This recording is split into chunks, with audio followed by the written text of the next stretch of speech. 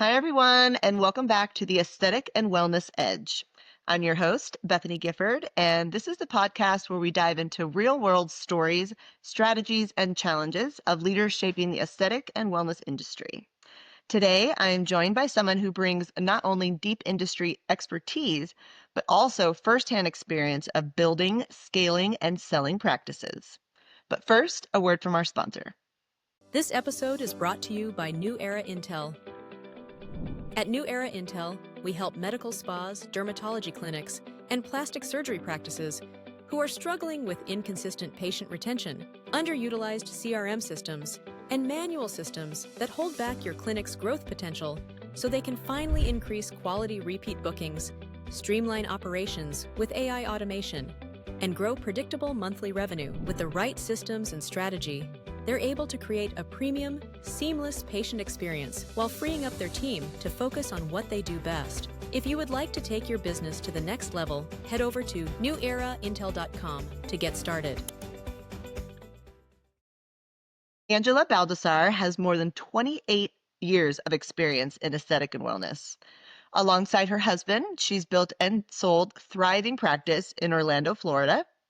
She's navigated 4 expansions and 2 private equity sales.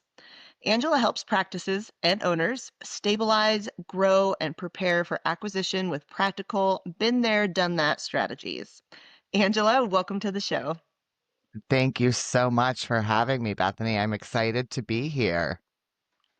Well, before we get into any big themes, I'd love for you to share a little bit about your background and your first steps kind of getting into the aesthetic and wellness stage and what that journey was like. Yeah, absolutely. My husband and I opened very small 800 square foot wellness and regenerative medicine practice in Orlando. 28 years makes me sound old, but I am old. So I've been around for a long time. And kind of grew based on our own aging needs and, those of our community. When we got to the age and our patient base got to the age where hormones became, an issue, then that's what we added. When, I started looking for Botox providers and was driving 37 miles to get tox or lasers done, then that's what we brought in. So it was kind of a natural evolution, just as our young community grew and aged. And yeah, we did a sale of our kind of regenerative practice at one point. It didn't work out for the new owners, and not. I tell my clients all the time, like, this is not a situation that happens that you sell to a colleague and it goes as smooth as selling something on Facebook Marketplace or something, and then it didn't work out and they just hand it back to you. But rebuilt and sold again to private equity in April of last year. We have been doing what I call chaos consulting for like 7 years. And that's just because, we've been around for a long time. So, colleagues just saying, can I Venmo you for an employee manual, or, can I trade you for some sales training or something like that nature? And, really kind of, made it more organized and made a career out of it since our sale. So yeah, that's what we're doing. I have a lot of clients who are in that phase where they're starting to think about, what the future looks like, what does an exit look like? And I tell everybody, like, start thinking about it now, like even 5 years before you think you're ready. Even better, like, begin with the end in mind. That selling part, like, you don't realize how much work it is on your part and how much of an expense it is for accounting fees, attorney fees, things of that nature. So it's better to be prepared early, even if you're like me. Like, I thought we started getting calls years ago. Would you be interested? And I was like, no, I would never. No. Like, what would I do if I would never sell? I would never sell. And you never know, like, when you're going to just tap out, or when, life situation is going to happen. We're getting to the age where we have aging parents. Maybe you need to move to take care of aging parents or scale back for that. Maybe it's a new baby or something. You just don't know how your life is going to pivot at any moment. So being ready on that back end stuff is super important. Absolutely. Yeah. I mean, a lot of times people, that's their goal, to grow and sell. And Sure. then, like you said, other people, they just want to keep it forever, but they don't realize there is an expiration date at some point, Yeah. whether you hand it off to your protege or whatnot. So that's good. Sure, sure. And I don't want, people shouldn't think when they that I think there's like two kind of mindsets with sales. Like some people think like this is the pinnacle, this is what we worked for. We built something amazing that somebody else wants to buy. And other owners kind of look at it as like if I sell, then it's a failure. When Yeah, it's not at all. Again, like you built something that somebody else wants to acquire. That's not a failure. absolutely. I mean, you guys went through, a huge growth of your practice, 4 expansions and 2 private equity sales. I mean, that's a lot. What are some of like the biggest lessons you would say you kind of learned along the way, or like 1 or 2 major challenges that you guys were able to overcome with that? I think one of the major challenges, and I see it with most practices now, is how you position yourself and your brand, right? So there's so much competition in the market right now. There's an aesthetic center on every corner. There is this big private equity gobble up. There are lots of franchises now that didn't exist many years ago. And, not being the race to the bottom, like you're going to be one or the other. You're either going to be the cheapest or you're going to be the best. And you've got to decide from the get-go how you're going to position yourself, and you've got to stick to that. If you're positioning yourself as the best, then don't worry about the place down the street that's doing $8 a unit Ugh, talks, I know. So that's big, and really understanding that this is about people and it's about experiences and it's about relationships in the aesthetic business. In the aesthetic business, you sell wants, not needs. Nobody needs Botox, nobody needs a laser, nobody needs any of those things. So you really have to elevate that customer experience way far beyond what you have to do in any other business out there. Absolutely. I think the other thing is like get your books in order like early and know what's important and what's not important. I do a lot of my clients are either prepping to sell or I'm have been referred them by a private equity company who says like they're almost there, can you get them to the hump and then kind of push them back to us?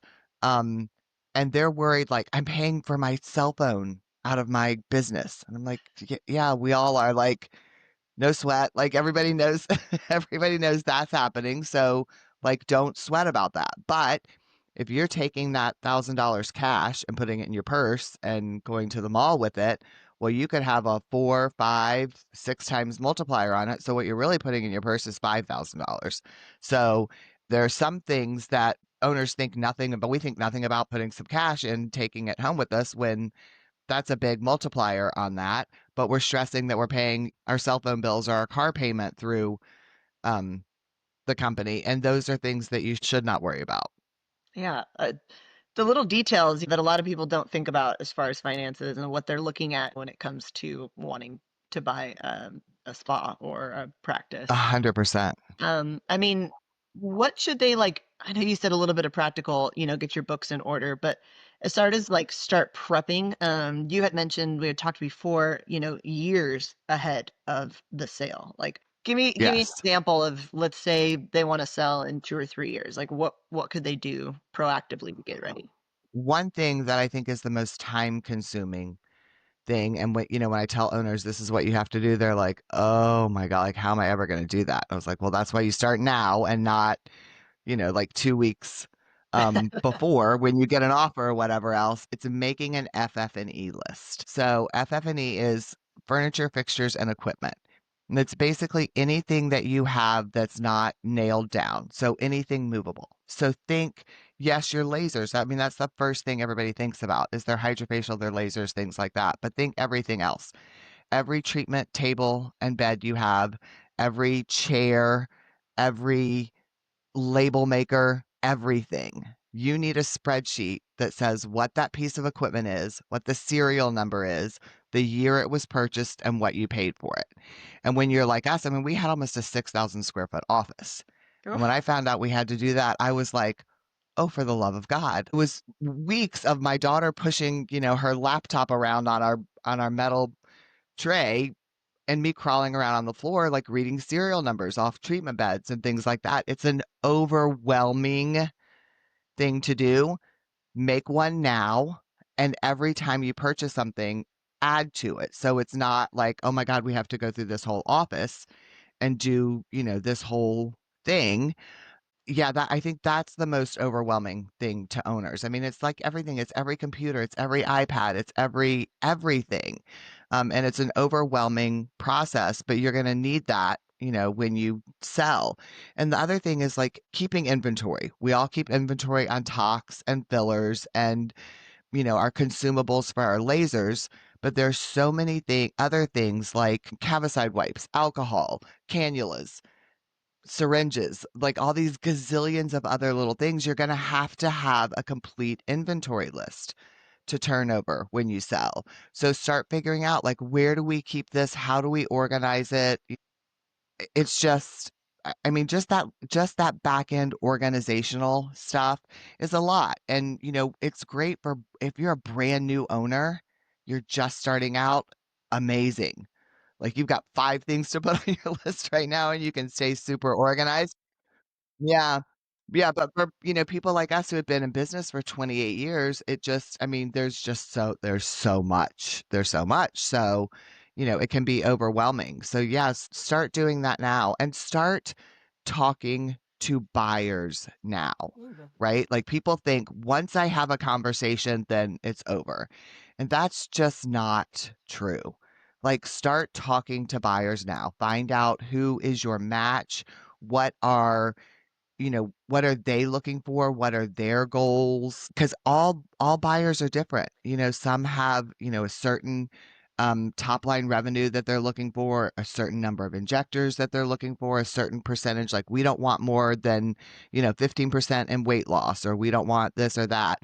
Start talking to people now and find out like who is your buyer when you get to that point, and when you're ready, build relationships with them, let them mentor you, and kind of work towards goals of whoever your ideal buyer is. Yeah, one of the best advice I ever got when starting this current business was to work backwards.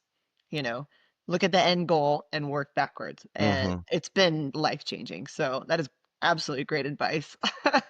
Yeah, 100%. Yeah, begin with the end in mind. And if you're already starting, even if you think you're never going to sell, start. I mean, some of these things, it's just good business, right? Yeah. Like to have your FF&E together, to know all of your inventory. I mean, some of it is put your cash in the bank. It's just good Yeah, business, whether you're going to sell or not. So. absolutely. Well, for those who are not ready to sell yet and they're just kind of looking to grow, I know you had emphasized kind of the unutilized position of like, let's say the front desk, can kind of make or break a practice. Can you kind of share what you meant by that and what that could do? 100%. 100%.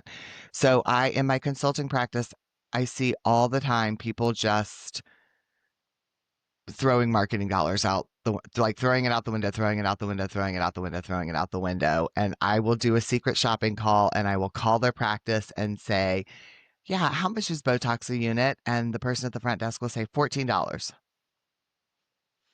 I'll say, okay. And they'll say, okay, have a good day. Click.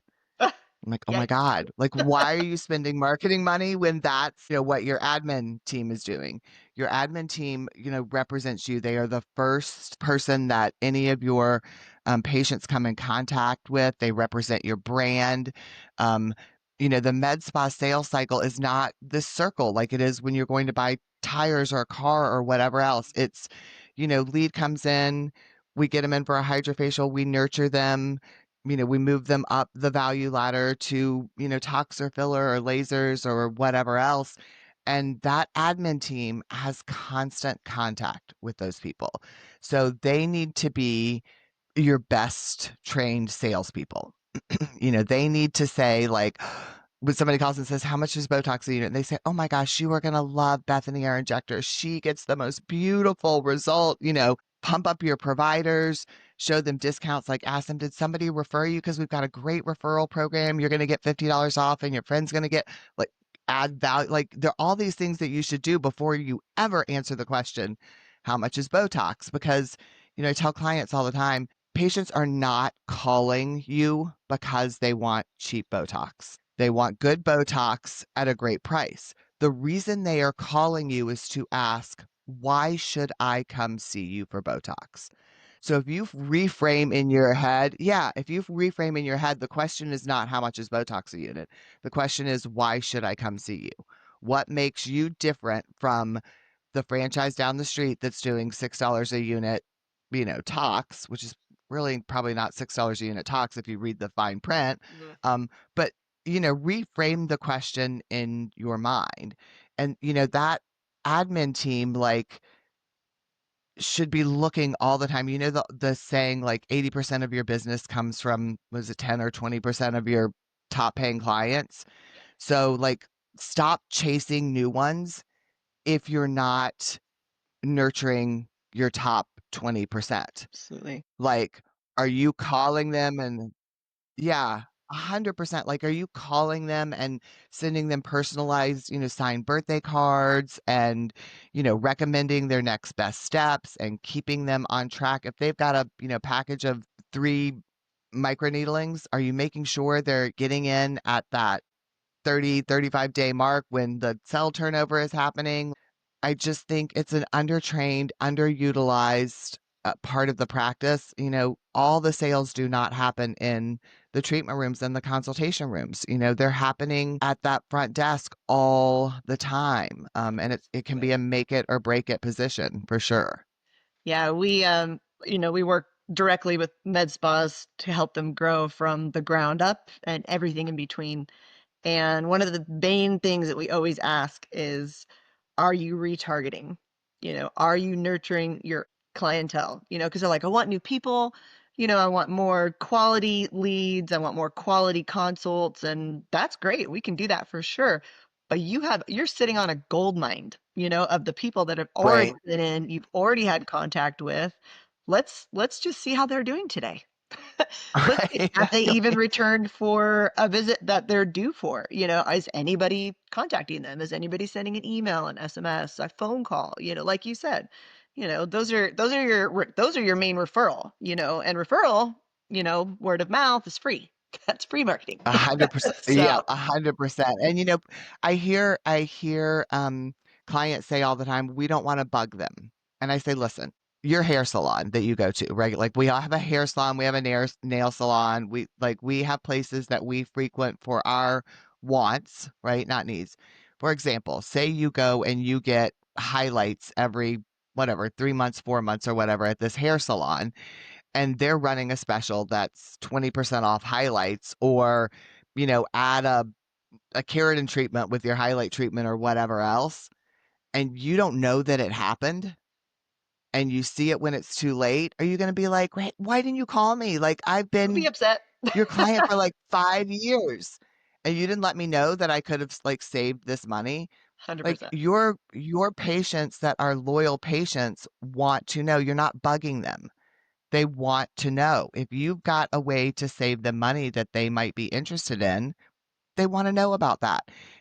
If I go to my injector and she goes to pull up my Ally or Aspire rewards points and she's like, "Oh my God, those expired last week." Ugh, that is the Why worst. didn't you like, "Oh That's my the God, why didn't you tell me?" Like somebody call me and say like, "Oh, your points are getting ready to expire, don't want you to lose them. You want to get in." So, with those patients, you're not bugging them. You're, absolutely. it's We're not a really high big pressure on that. sale. We're just, yeah, Yeah, we love automation because we know that that front desk is busy. They're checking people in, they're taking phone calls, they're doing all the things. So we love the fact that AI is such a huge thing these days, and we are 80% all about it. But that 20%, you absolutely have to have that human contact. Yeah. And like you said, that just people don't realize that front desk will make or break your practice. Sure, the provider has to be good. Yes, you have to have the fulfillment side and the talent, but that first face contact and like you said, the alley points, people, don't forget them. I know. Yes, call them, call them, call them. Yeah. And I have a lot of clients who think that their front desk doesn't really need to be trained on their services. Like, what are the contraindications? What do they treat? What do, this is just an appointment taker, a phone answer, whatever. If that's what you think, you're missing out on a sale. Because if somebody calls, for instance, and says, do you do Morpheus 8? When Morpheus was like hugely, when Kim Kardashian had it, everybody was calling around everywhere asking for Morpheus.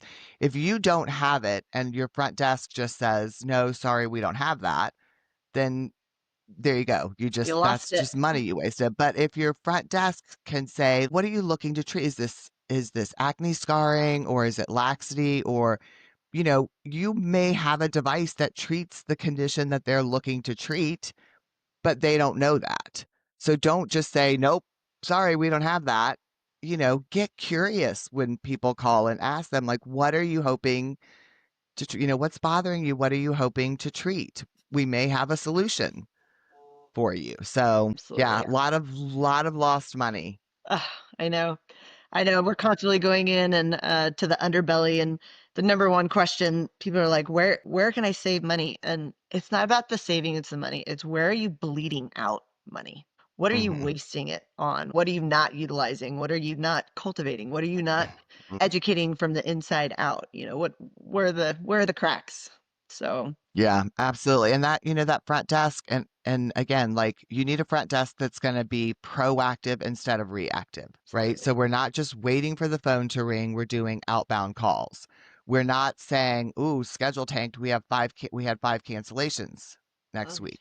When someone cancels next week, you fill it now. You first look, if somebody cancels a hydrofacial appointment, look around that time scale. If somebody's coming in for talks, call them and say, I had a hydrofacial cancel right before you.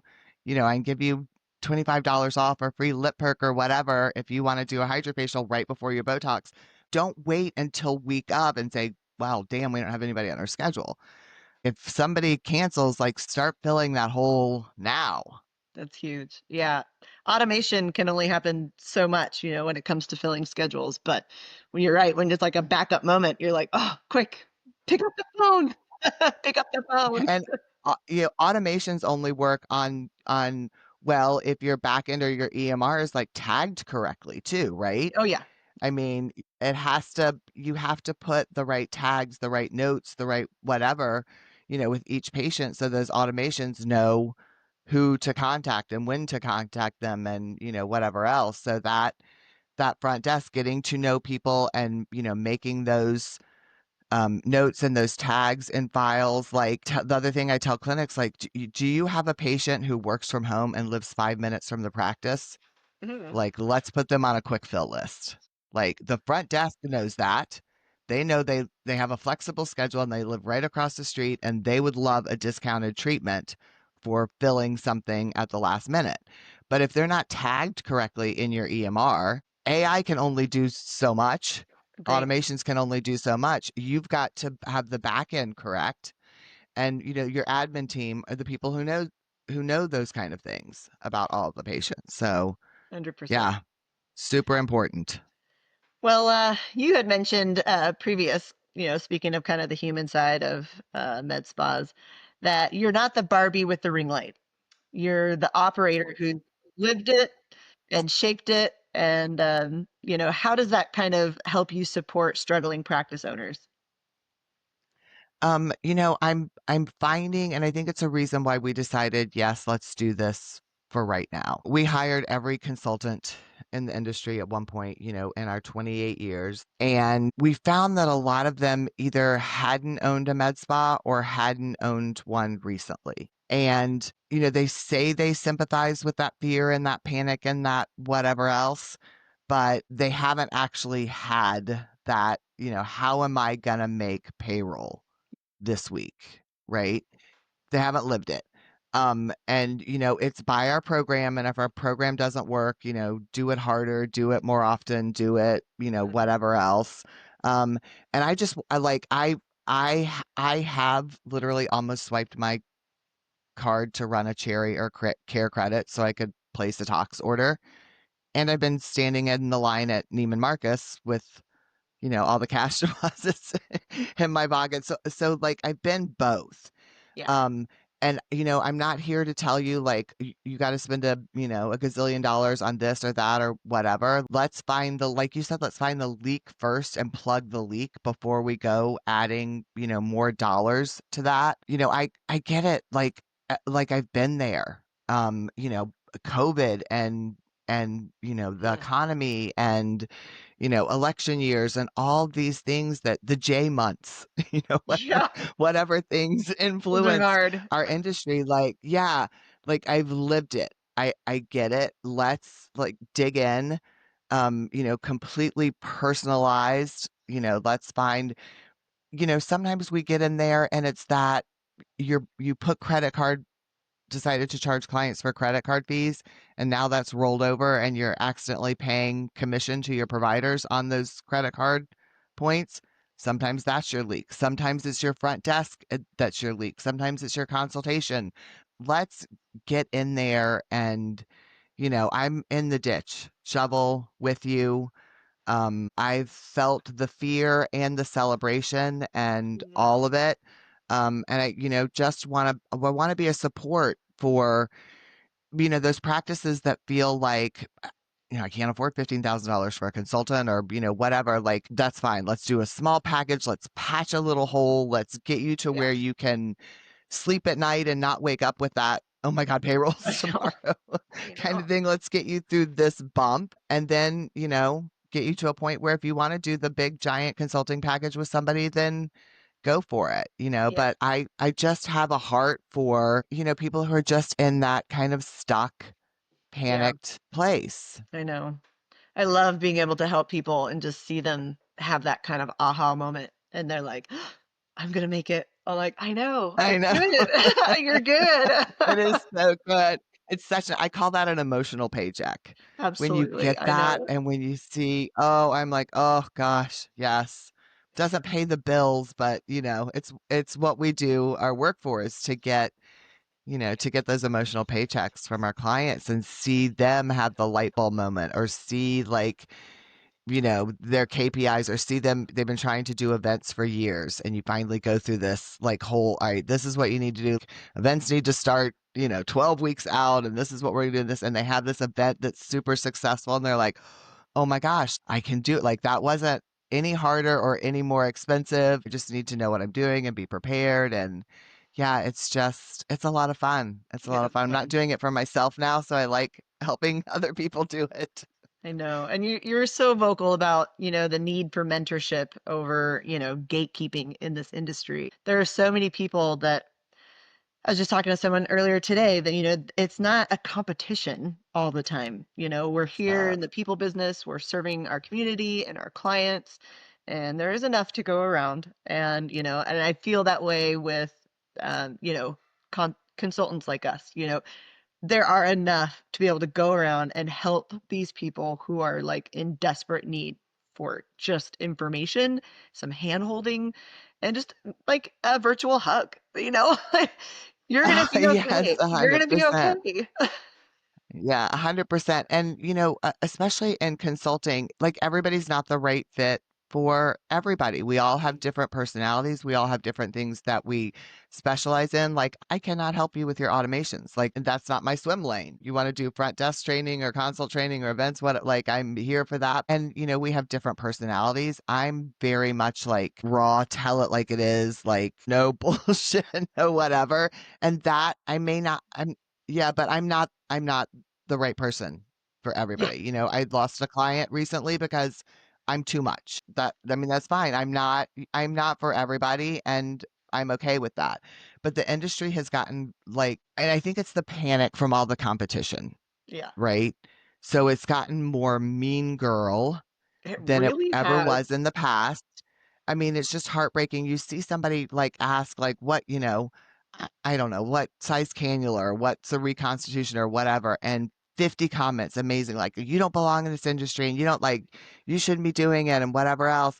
And it didn't used to be that way. Like, I did not get 28 years in and, two private equity exits without colleagues and mentors and Totally. people I could trust to ask questions to. And so yeah, I mean, that's why I do my everybody's like, you have to charge for your consults. I'm like, yeah, I'm doing an hour free, and that's how we did it in our clinic. That's how I'm doing it now. I just, maybe there's somebody who just truly can't afford it, and that hour is going to give them one little gold nugget that's going to Absolutely. get them through this quarter or whatever else. And I would like for it to change and go back to how it used to be when we were all nice to each other. All building each other up and helping each other. And Yes, I know. I get yes, it. yes, I think a lot of listeners will be yes, able to kind of resonate with your real world, empathetic, but straightforward approach, especially those navigating growth and private equity and just kind of the daily chaos of running a med spa, because it can be. And a 100%. lot of these owners are providers as well. They're not just owning the spa, they're providing all the services. And it's a lot of hats for somebody to be wearing that It is. is just torn all over the place. So I think your experience with that is invaluable. I think it's It absolutely is. Yeah, amazing. thank you. Thank you. Well, thank you so much for coming on and telling us a little bit about your You are journey and so lots of welcome. wonderful nuggets of information that people can take away. Um, Kind of for people that are wanting to connect with you and learn more about consulting or, selling their practices, where's the best place for them to find you? Yeah, we are Your Practice Solutions. And if you're in any Facebook group that has anything to do with aesthetics, I'm like, I'm there all the time. Again, just trying to give back, give those gold nuggets, give, little pieces of help, or advice to people. So yeah, That's great. Facebook, online, reach out. It's Angela at yourpracticesolution.com. Send me an email.